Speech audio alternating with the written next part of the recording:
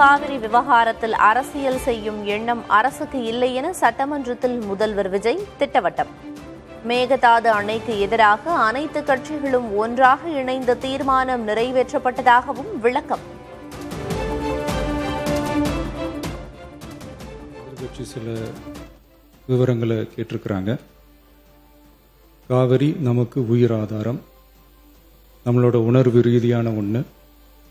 அதனால அதை வச்சு அரசியல் பண்ற எண்ணம் துளி கூட நம்ம அரசுக்கு இல்லை.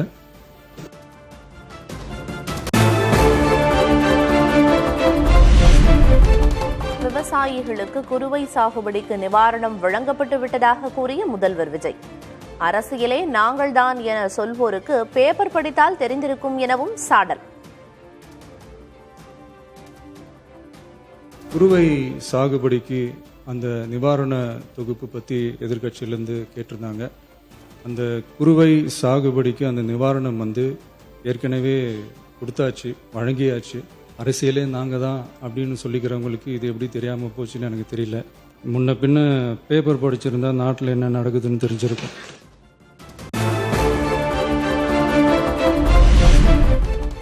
முதல்வர் கூறுவது குறுவை சாகுபடி தொகுப்பு, காவிரி விவசாயிகள் கேட்பது வறட்சி நிவாரணம் என எதிர்க்கட்சித் தலைவர் உதயநிதி பதில்.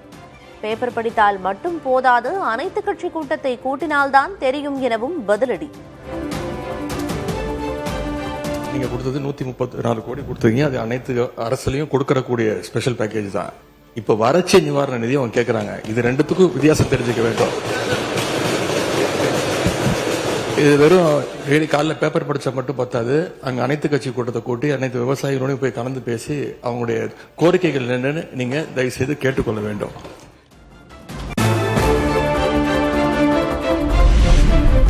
மேகதாது விவகாரத்தில் தமிழக அரசு இதுவரை என்ன செய்தது என சிறப்பு கவன ஈர்ப்பு தீர்மானத்தில் எதிர்க்கட்சித் தலைவர் கேள்வி.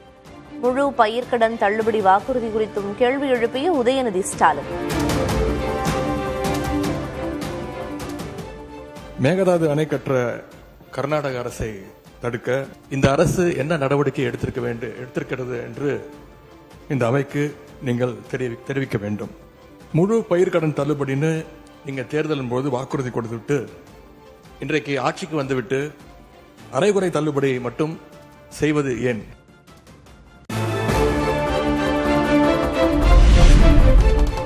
திமுக ஆட்சியில் கடிதம் எழுதுவதாக விமர்சித்த தற்போதைய முதல்வரும் மத்திய அரசுக்கு கடிதம்தான் எழுதுவதாக உதயநிதி ஸ்டாலின் விமர்சனம். அனைத்து கட்சி கூட்டத்தை தமிழக அரசு தவிர்ப்பதாகவும் குற்றச்சாட்டு.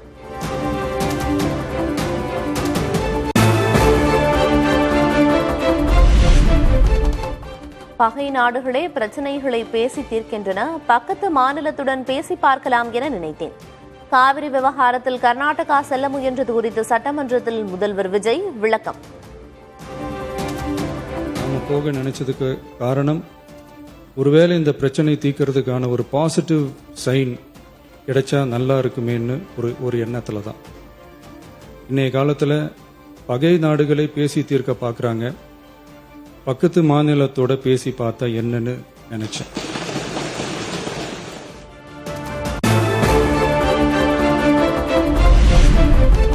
கர்நாடகா சென்றால் அவமானம் ஏற்படும் என எதிர்க்கட்சிகள் கூறிய போதும் மக்களுக்காக அதனை ஏற்க தயாராக இருந்தேன்.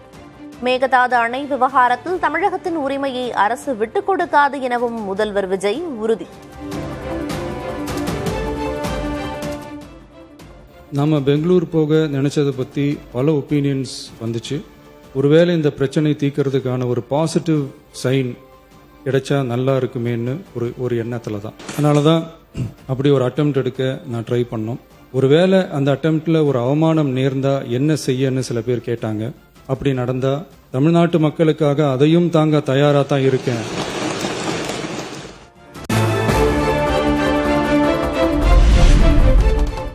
காவிரி படுகை விவசாயிகளின் கருத்துக்களை கேட்டு சட்ட வல்லுநர்களுடன் பேசி காவிரி விவகாரத்தில் தீர்வு காண வேண்டும். தமிழக அரசுக்கு அதிமுக பொதுச் செயலர் எடப்பாடி கே பழனிசாமி வலியுறுத்தல்.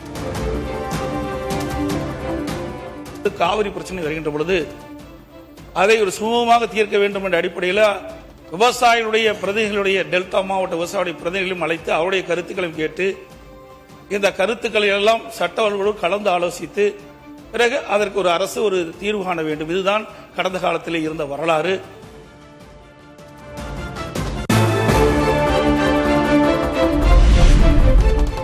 காவிரி தண்ணீருக்காக கர்நாடகாவிடம் மண்டியிட தேவையில்லை என மார்க்சிஸ்ட் கம்யூனிஸ்ட் எம்எல்ஏ செல்லசுவாமி பேச்சு.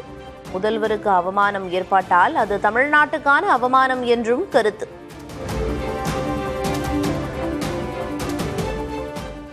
அது கர்நாடகத்திற்கு மட்டுமுள்ள அணை அல்ல.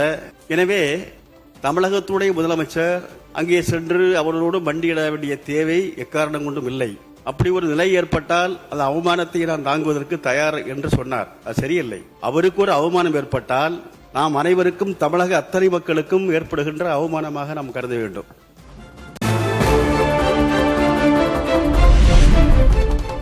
காவிரி பிரச்சினை குறித்து பேச தமிழக முதல்வர் பெங்களூரு செல்வதில் தவறில்லை. கர்நாடகாவில் சூழல் சரியில்லை என்றால் அம்மாநில முதல்வர் தமிழ்நாடு வரலாம் என பிரேமலதா விஜயகாந்த் பேச்சு. அவரும் ஃபர்ஸ்ட் டைம் சிஎம், நம்ம சிஎம்மும் ஃபர்ஸ்ட் டைம் சிஎம். போட்டுமே போய் பேசட்டு. இப்ப என்ன ஆயிடுச்சு? 2 பேரும் அவர் கூப்பிடுறாரு, நீங்க போங்கன்னு சொன்னது நான் தான். பட் இப்போ என்னவோ அவங்க வர வேணான்ட்டாரு. ரைட், போல. உங்க ஊர்ல சிச்சுவேஷன் சரியில்லை.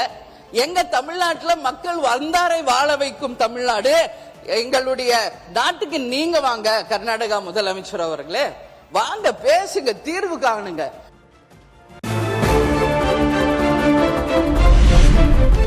மேகதாது விவகாரத்தில் முயற்சிகள் தேவையில்லாதது, வலுவான சட்ட முன்னெடுப்பே தேவை என சௌமியா அன்புமணி பேச்சு. அனைத்து கட்சி கூட்டம் கூட்டி மனுவுடன் டெல்லி செல்லவும் வலியுறுத்தல். இதற்காக சுற்றுச்சூழல் கேஸ் நம்ம நிறைய போட்டு இந்த டேம கட்ட விடாம நம்ம தடுத்தணும். 2 ஆப்ஷன் தான் தலைவர் அவர்களே. ஒன்னு, மேகதாது டேம் கட்டணும், இல்ல மேகதாது டேம் கட்டக்கூடாது. இதுல நடுவுல என்ன முயற்சி? we don't need the dam, அவ்வளவுதான். no dam, no need of the dam. இதுக்கு நடுவுல முயற்சி என்ன இருக்கு? அந்த முயற்சியே தேவையில்லைங்கிற. மேகதாது டேம் கட்டக்கூடாது, அவ்வளவுதான்.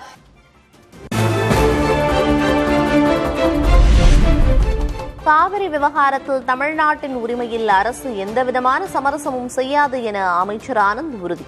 தண்ணீர் பற்றாக்குறை காரணமாகவே மேட்டூர் அணையிலிருந்து நீர் திறக்க முடியவில்லை என்றும் விளக்கம். காவேரி நதிநீர் பங்கீட்டு மற்றும் கர்நாடக அரசு மேகதாது அணை கட்ட மேற்கொண்டு வரும் முயற்சிகளுக்கு தடுப்பது உள்ளிட்ட முக்கிய பிரச்சனைகளில் தமிழ்நாட்டின் உரிமையை சிறிதும் விட்டு கொடுக்காமல் தொடர்ந்து நடவடிக்கை மேற்கொண்டு வருகிறது என்ற விவரத்தை இந்த மாமன்றத்துக்கு மாண்பு மேயர் தலைவர் அவர்கள் வாயிலாக தெரிவித்துக் கொள்கிறேன்.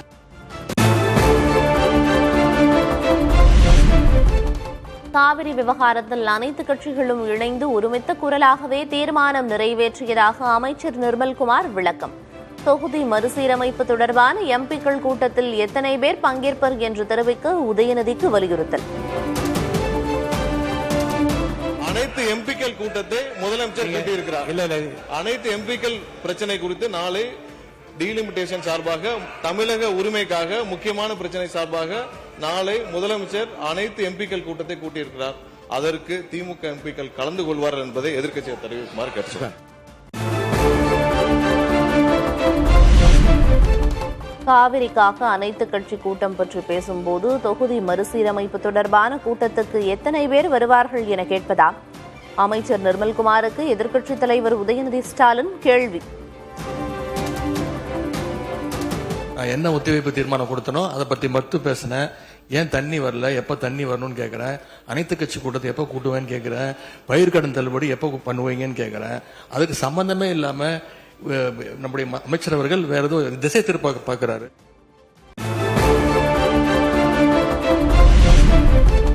மேகதாது பிரச்சனையை பேசுவதற்காக முதலில் அனைத்து கட்சி கூட்டம் நடத்த வேண்டும். தொகுதி மறுசீரமைப்பு குறித்து தமிழக எம்பிக்கள் கூட்டத்துக்கு அரசு அழைப்பு விடுத்துள்ள நிலையில் திமுக நிபந்தனை.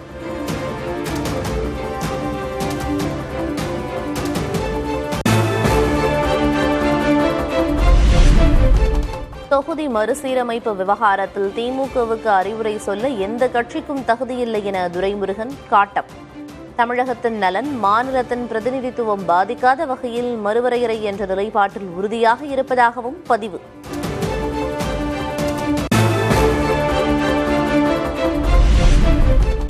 உரிய நிதி பகிர்வு கோரி கொண்டுவரப்பட்ட தனி தீர்மானம் சட்டமன்றத்தில் நிறைவேற்றம். குரல் வாக்கெடுப்பு மூலம் தீர்மானம் நிறைவேறியதாக சபாநாயகர் ஜேசிடி பிரபாகர் அறிவிப்பு.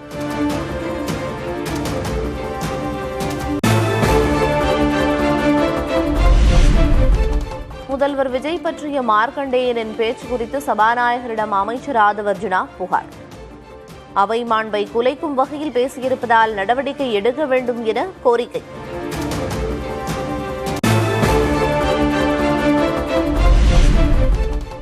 திமுக எம்எல்ஏ மார்க்கண்டேயன் மீதான புகார் அவை உரிமை மீறல் நடவடிக்கை குழுவுக்கு அனுப்பப்படும். மார்க்கண்டேயனிடம் விளக்கம் கேட்டு நடவடிக்கை எடுக்கப்படும் என சபாநாயகர் அறிவிப்பு.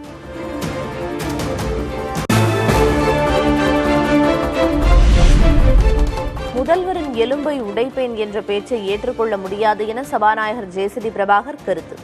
ஆபாச பேச்சுக்கள், வெறுப்பு பேச்சுக்களை உறுப்பினர்கள் தவிர்க்க வேண்டும் என்றும் அறிவுறுத்தல்.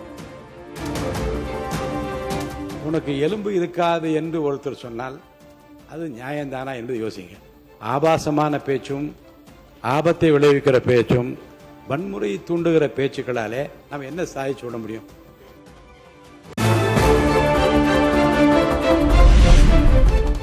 முதல்வர் விஜய் குறித்த தனது பேச்சை மறந்துவிடுங்கள், சட்டமன்றத்தில் கேட்டுக்கொண்ட திமுக எம்எல்ஏ மார்க்கண்டேயன். இந்த அவையினுடைய கதவுகள் பூட்டப்படும் என்று சொன்னபோது என்னை அறியாமல் வந்த வார்த்தைகளுக்கு நீங்கள் அருள் கூர்ந்து அதை மறந்துவிட வேண்டும் என்று கேட்டு நிறைவு செய்கிறேன். வணக்கம்.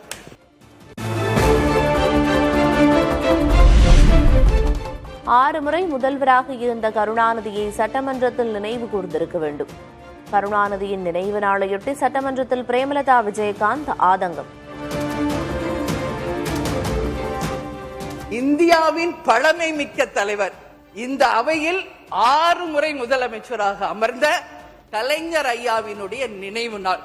அந்த இரங்கல் செய்தியோட அவரையும் நாம் இன்றைக்கு நினைவு கூர்ந்திருந்தால் அவர் சார்ந்த கட்சிக்கு மட்டும் இல்லாமல் இந்த அவைக்கும் தமிழ்நாட்டுக்கும் ஒரு பெருமையாக, ஒரு சிறந்த உதாரணமா, எடுத்துக்காட்டாக இருந்திருக்கும்.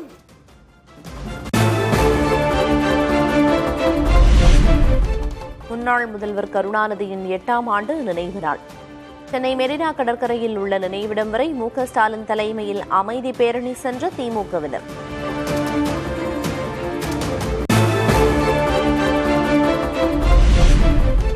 மெரினாவில் உள்ள கலைஞர் கருணாநிதி நினைவிடத்தில் மலர் வளையம் வைத்த திமுக தலைவர் மு.க. ஸ்டாலின் மரியாதை. திமுக எம்பிக்கள், எம்எல்ஏக்களும் பங்கேற்று மரியாதை செலுத்தினர்.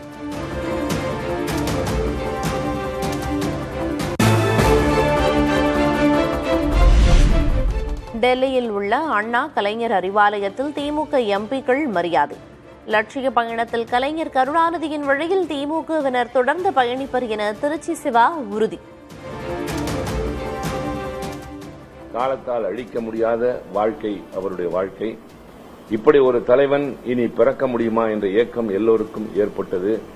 என்னாலும் மறக்க முடியாத எங்கள் அந்த மாபெரும் தலைவன் காட்டிய வழியில் நடைபோடுவதும், அவருடைய வழியில இயக்கத்தை நடத்துகிற தளபதி அண்ணன் ஸ்டாலின் அவர்களுக்கு உறுதுணையாக இருப்பதும் எங்களுடைய பெருங்கடமை என்கின்றதை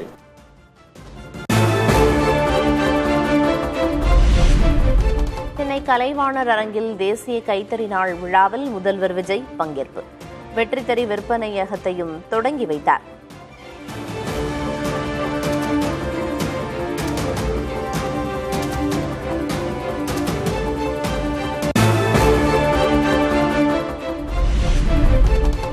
+2 மதிப்பெண் அடிப்படையிலேயே கால்நடை மருத்துவ மாணவர் சேர்க்கை நடைபெற வேண்டும். பிரதமர் மோடிக்கு முதல்வர் விஜய் கடிதம்.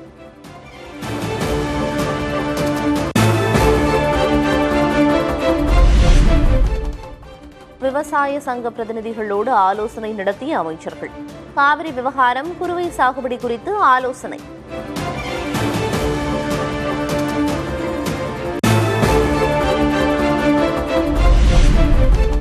பயிர்க்கடனை முழுமையாக ரத்து செய்ய வேண்டும் என தாவேக அரசுக்கு விவசாயிகள் வலியுறுத்தல். அமைச்சர்களுடனான ஆலோசனை கூட்டத்திற்கு பின் கூட்டாக பேட்டி. விவசாயிகளுடைய பிரச்சனையை அரசுக்கு எடுத்துரைத்து இந்த கடன் தள்ளுபடி குறித்து ஒரு தீர்வு காண வேண்டும், போராட்டங்களை முடிவுக்கு கொண்டு வர வேண்டும் என்கிற அடிப்படையில் அதற்கான நடவடிக்கை மேற்கொண்டார். அது முழு வெற்றி பெறுகிற வகையில் இன்றைய பேச்சுவார்த்தை முதலமைச்சருடைய நேரடி பார்வையில் இந்த அமைச்சர்கள் நடத்தியிருக்கிறார்.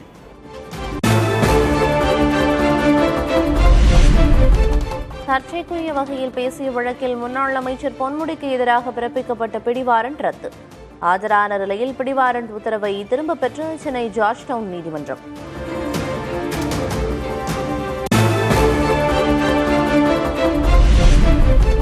டாஸ்மாக் கடைகளில் கூடுதல் தொகை வசூலித்தால் அருகிலுள்ள காவல் நிலையத்தில் புகார் அளிக்கலாம்.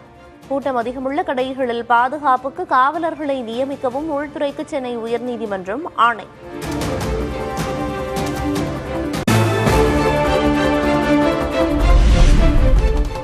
திருவண்ணாமலை அருணாச்சலேஸ்வரர் கோயிலில் மத்திய உள்துறை அமைச்சர் அமித்ஷா இன்று சாமி தரிசனம். ட்ரோன்கள், ரிமோட் கட்டுப்பாடு விமானங்கள் மற்றும் ஆளில்லா வான்வழி வாகனங்களுக்கு தடை.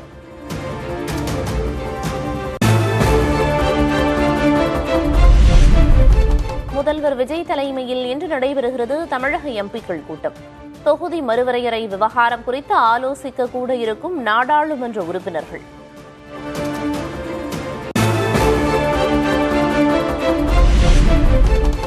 நீட் தேர்வு வினாத்தாள் கசிவு, அயோத்தி ராமர் கோயில் நன்கொடை திருட்டு விவகாரங்களை முன்வைத்து எதிர்க்கட்சிகள் போராட்டம். எதிர்க்கட்சிகளின் அமளியால் நாடாளுமன்றத்தின் இரு அவைகளும் திங்கட்கிழமை வரை ஒத்திவைப்பு.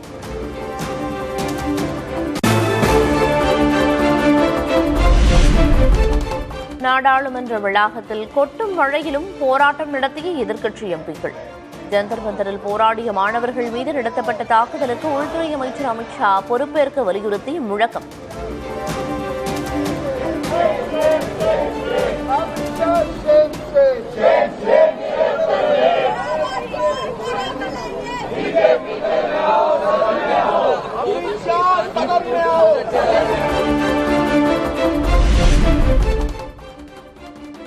வேலூர் விமான நிலையத்தை விரைவில் பயன்பாட்டுக்கு கொண்டுவர வேண்டும். மத்திய விமான போக்குவரத்து அமைச்சரிடம் மாநிலங்களவை எம்பி LK சுதீஷ் கோரிக்கை.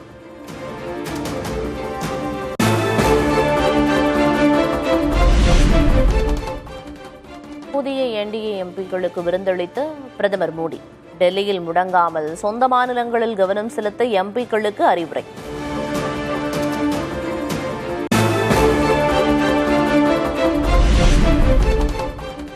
எத்தனால் பெட்ரோல் விவகாரம் முழுவதுமே சந்தேகத்திற்குரியதாக இருக்கிறது. கார்கள், ஸ்கூட்டர்களை சேதப்படுத்துகிறது, மக்களின் வாழ்க்கையை பாதிக்கிறது என்று ராகுல் காந்தி குற்றச்சாட்டு.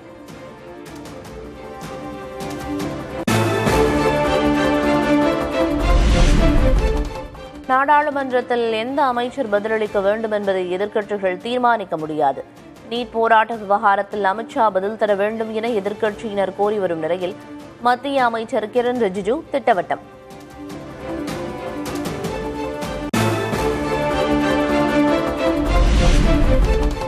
வெளிநாட்டு பங்களிப்பு ஒழுங்குமுறை திருத்த மசோதா மீதான வாக்கெடுப்பு வரக்கூடும் என்பதால் எதிர்க்கட்சிகள் ஆயத்தம். நாடாளுமன்றத்துக்கு திங்கட்கிழமையன்று காங்கிரஸ் எம்பிக்கள் அனைவருக்கும் கட்டாயம் வர வேண்டும் என கட்சியின் கொறடா உத்தரவு.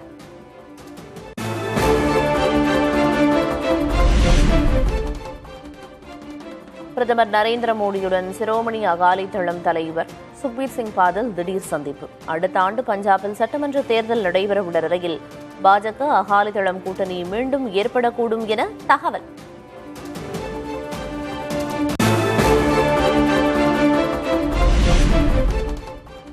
ஜார்க்கண்டில் அரசு பணி தேர்வாணையம் நடத்திய தேர்வுகளில் முறைகேடு நடந்திருப்பதாக கூறி மாணவர்கள் தொடர் போராட்டம். 4 நாட்கள் உண்ணாவிரத போராட்டத்தால் உடல்நிலை மோசமடைந்த மாணவர் தலைவர் ராகுல் கிராந்தி குமார் மருத்துவமனையில் அனுமதி.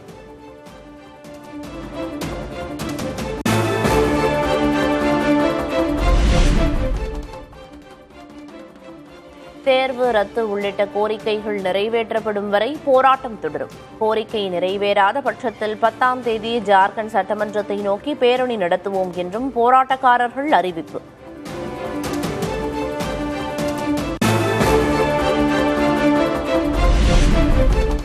NDA கூட்டணியில் அங்கம் வகிக்கும் ராஷ்டிரிய லோக் தளம் கட்சியின் உத்தரப்பிரதேச மாநில தலைவர் திடீர் ராஜினாமா.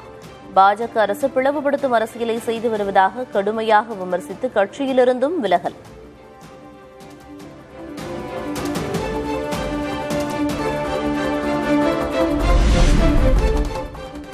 சென்ட்ரல், ஆவடி, தாம்பரம், கோவை உள்ளிட்ட 15 ரயில் நிலையங்களை நவீனமயமாக்க திட்டம்.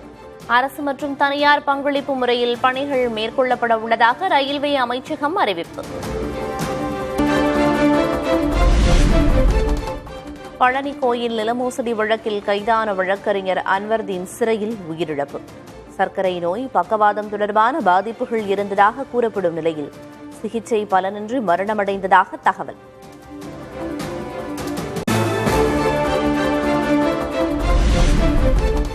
ஆபரண தங்கத்தின் விலை சவரனுக்கு 1200 ரூபாய் உயர்வு. ஒரு சவரன் 1,11,200 ரூபாய்க்கு விற்பனை.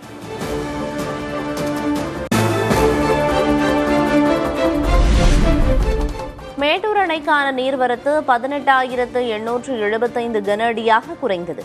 குடிநீர் தேவைக்காக அணை மின் நிலையம் வழியாக 1,500 கன அடி தண்ணீர் வெளியேற்றம்.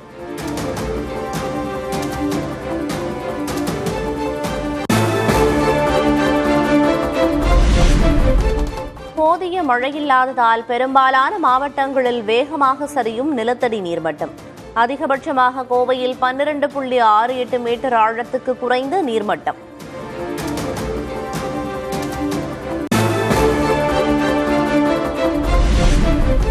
வறட்சி பாதிப்பை சமாளிக்க 288 கோடியே 97 லட்சம் ரூபாய் நிதி ஒதுக்கியது தமிழ்நாடு அரசு. பருவமழை குறைவு மற்றும் நீடித்து வரும் வறட்சியான சூழல் காரணமாக குடிநீர் விநியோகத்தை சீராக மேற்கொள்ள நடவடிக்கை.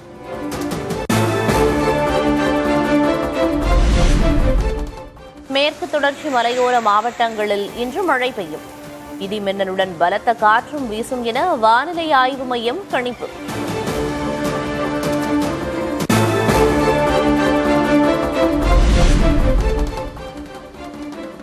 சென்னை குரோம்பேட்டை, பல்லாவரம் உள்ளிட்ட பகுதிகளில் மழை. குன்றத்தூர் உள்ளிட்ட புறநகர் பகுதிகளிலும் மழை பெய்தது.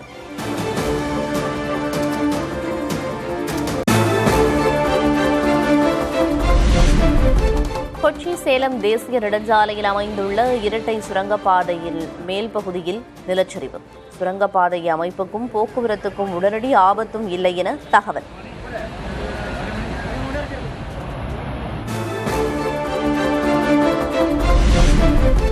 தலைநகர் டெல்லியில் பெய்த கனமழையால் சாலைகளில் பெருக்கெடுத்த வெள்ளம். ஊர்ந்து சென்ற வாகனங்கள், வாகன ஓட்டிகள் கடும் அவதி.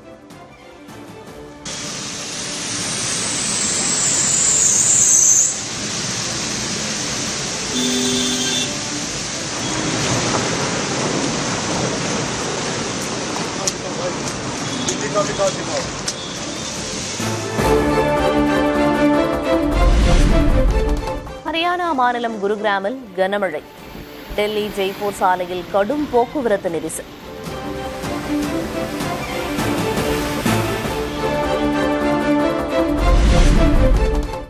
உத்தராகண்டின் மலைப்பகுதிகளில் தொடரும் கனமழை. ருத்ரபிரயாக் சங்கமத்தில் வெள்ளம் பெருக்கெடுத்ததால் கோடீஸ்வர் மகாதேவ் கோயில் மூழ்கியது.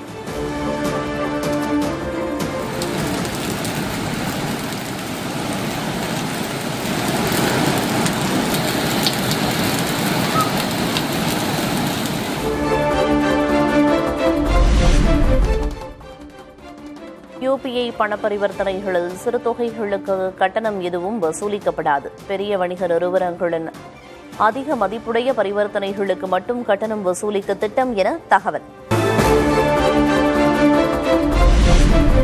நாட்டில் அங்கீகரிக்கப்படாத 32 போலி பல்கலைக்கழகங்களின் பட்டியல் வெளியீடு. மாணவர்கள் சேர்க்கைக்கு முன்னர் அங்கீகாரத்தை இணையதளத்தில் சரிபார்க்குமாறு மத்திய அரசு அறிவுறுத்தல்.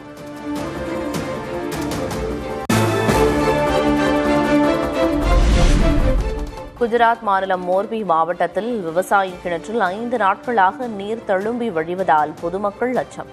விரைந்து ஆய்வு செய்து அறிக்கை சமர்ப்பிக்க அதிகாரிகளுக்கு மாவட்ட ஆட்சியர் உத்தரவு.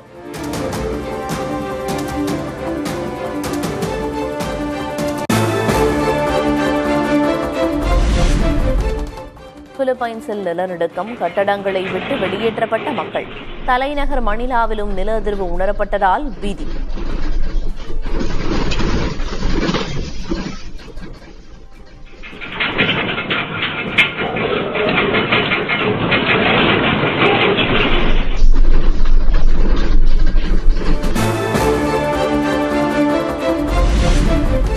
சீனாவில் மஞ்சள் ஆற்றின் மீது அமைந்துள்ள புகழ்பெற்ற ஹூகோ அருவியில் ஆர்ப்பரிக்கும் வெள்ளம். கோடை விடுமுறையையொட்டி பெருக்கெடுத்து ஓடும் நீரை அருகில் சென்று கண்டு ரசித்த மக்கள்.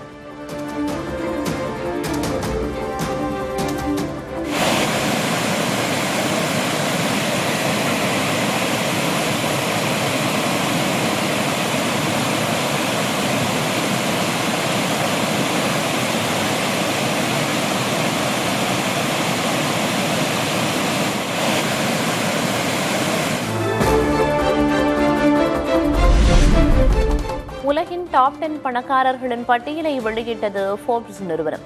நம்பர் 1 இடத்தில் எலான் மஸ்க் தொடரும் நிலையில் 3வது இடத்துக்கு முன்னேறிய ஜெஃப் பெசாஸ்.